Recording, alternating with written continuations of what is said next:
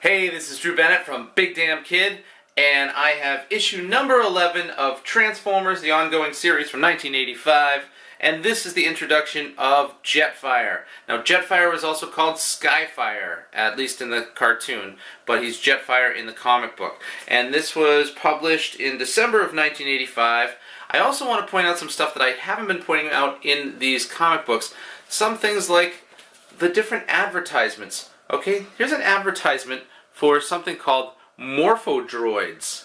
I don't know anyone who had these. I don't know anyone who bought these. But the Morphodroids, they represent the Maldroid Empire and the United Beneforce Galaxies. I look at this and I go, I don't even know if this was ever real.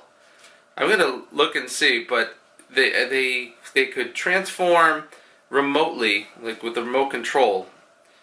The vehicles were a van, a truck, and a Corvette, so those were kind of cool, but I have no idea. Those are from Vector Intercontinental in Cleveland, Ohio. I have no idea.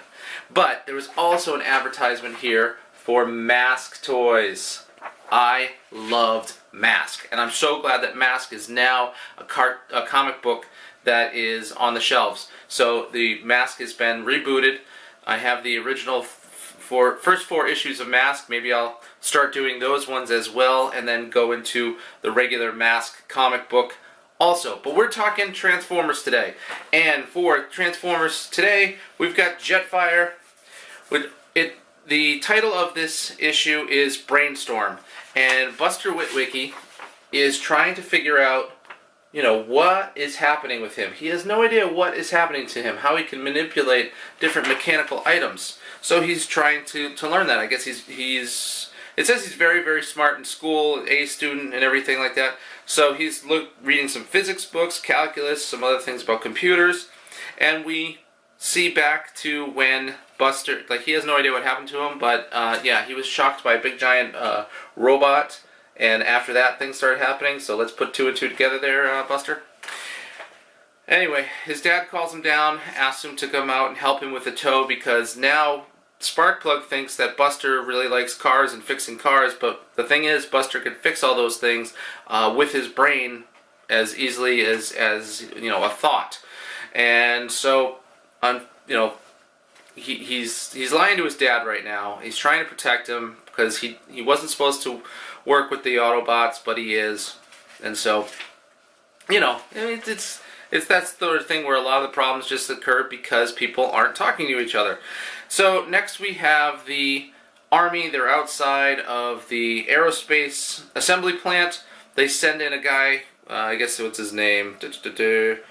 Mozzarella Mike. He's a pizza guy. So they send a pizza guy in, so at least they're feeding the slaves inside, the hostages who are slaves of Shockwave. They're working on all sorts of things. Specifically right now, they're working on building Jetfire. And so actually Jetfire is completely built, but Optimus is not infusing him with the creation matrix because he doesn't have it anymore. Buster has it.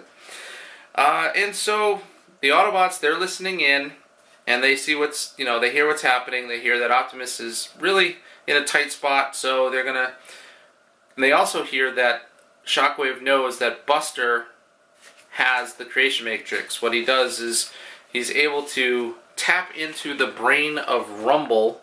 And you remember from the issue where Buster sneaks past Rumble and Frenzy? Well, Rumble and Frenzy couldn't detect him because he was so small. See that little thing there? I used to program a TI-99-4A computer and to make characters 8x8 like that. That was the highlight of graphics for me as a kid. Unbelievable. That was even better when we got an Apple IIc. And then now, here we go. So Shockwave now knows that Buster Witwicky has the creation matrix, and so the Autobots send Bumblebee and Bluestreak to go and protect him. Well, when they do that, Laserbeak follows them. And Laserbeak follows them out. Well, that's alright. He's going to find them, but after he delivers a message from Shockwave to the Army, telling the Army that they have to pull back 12 miles or else he's going to kill all the hostages. And so they pull back, and we come back to Buster. Buster is out at the shop. He and his dad return, and Jessie, his girlfriend, who he yelled at in issue number 8, and they haven't spoken since, she kind of shows up and wants to go on a bike ride with him. So the two of them go out for a bike ride. While they're gone, Bumblebee comes and he talks to Sparkplug. He comes to the shop, talks to Sparkplug. Sparkplug wants nothing to do with the Autobots. He's all upset about what happened there, that they threatened them, and all their problems that have happened in their life since meeting the Autobots. So Sparkplug goes off to find Buster and Jessie to protect him. While he does that, Blue Streak follows him, and so Blue Streak and Bumblebee end up finding Jessie and Buster out at some falls. So they right in the middle of a passionate kiss between Buster and Jessie. They make up, and then the Autobots show up, and so does Buster's dad. Well, on top of that, Shockwave remote controls Jetfire. He doesn't, Jetfire is not alive. He's not fully functioning, but Shockwave uses him as a remote controlled drone to go after Buster.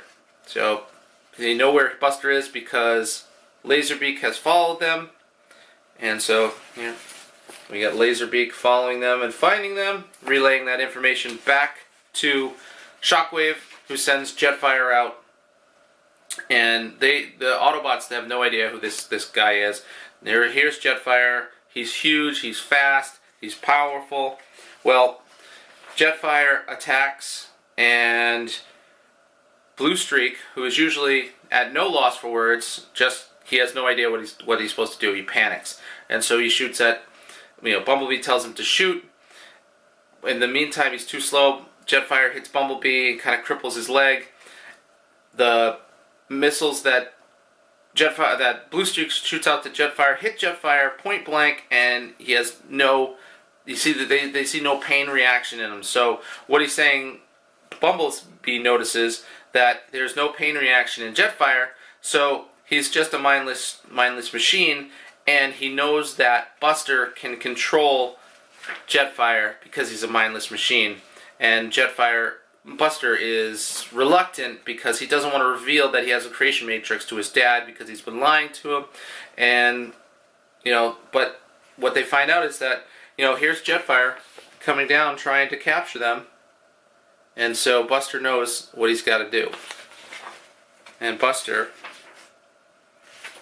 completely takes him apart with his mind. Just completely takes him apart with his mind. And Bumblebee finds the brain module of Jetfire. Buster and Sparkplug reconcile.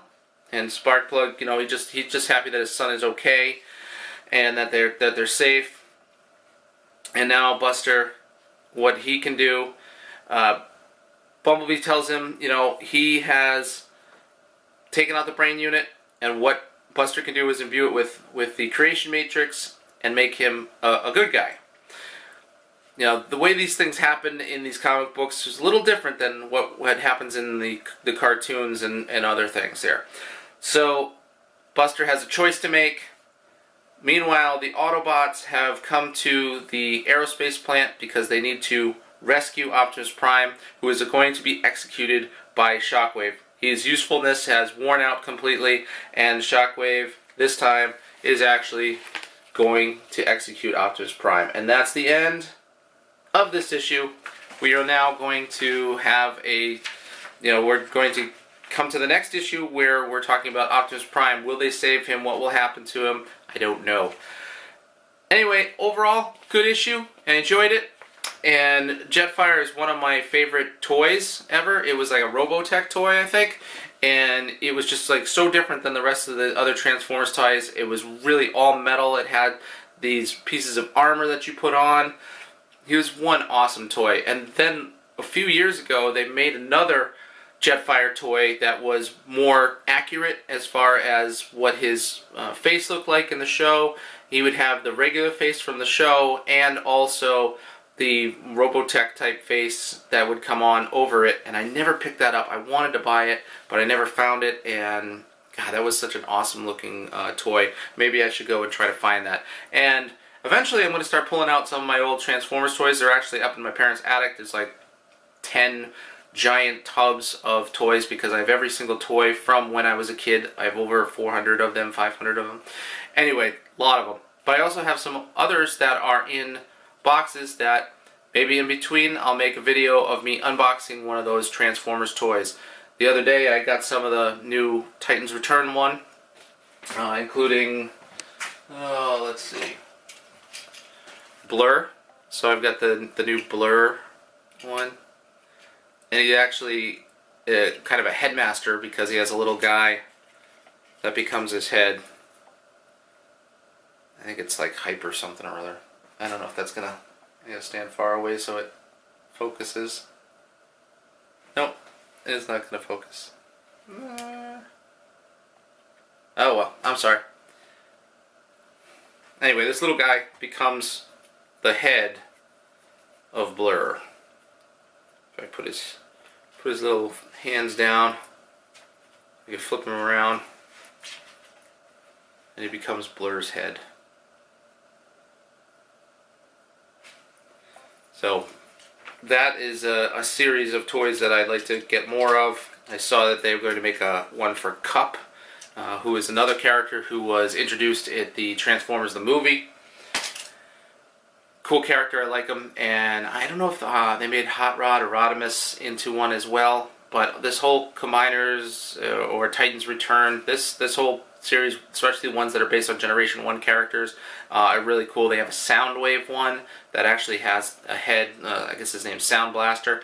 Anyway, great toys. I'm looking forward to finding some more of those and showing you toys. And tomorrow's issue, number 12, we'll see what happens with Optimus Prime. Anyway, this is Drew Bennett from Big Damn Kid. You can find me on Instagram as Big Damn Kid, Twitter, Facebook as Big Damn Kid, and also BigDamnKid.com. I appreciate you watching. Thanks very much. Please subscribe, tell your friends, leave me a comment, let me know what you think, and thanks for watching.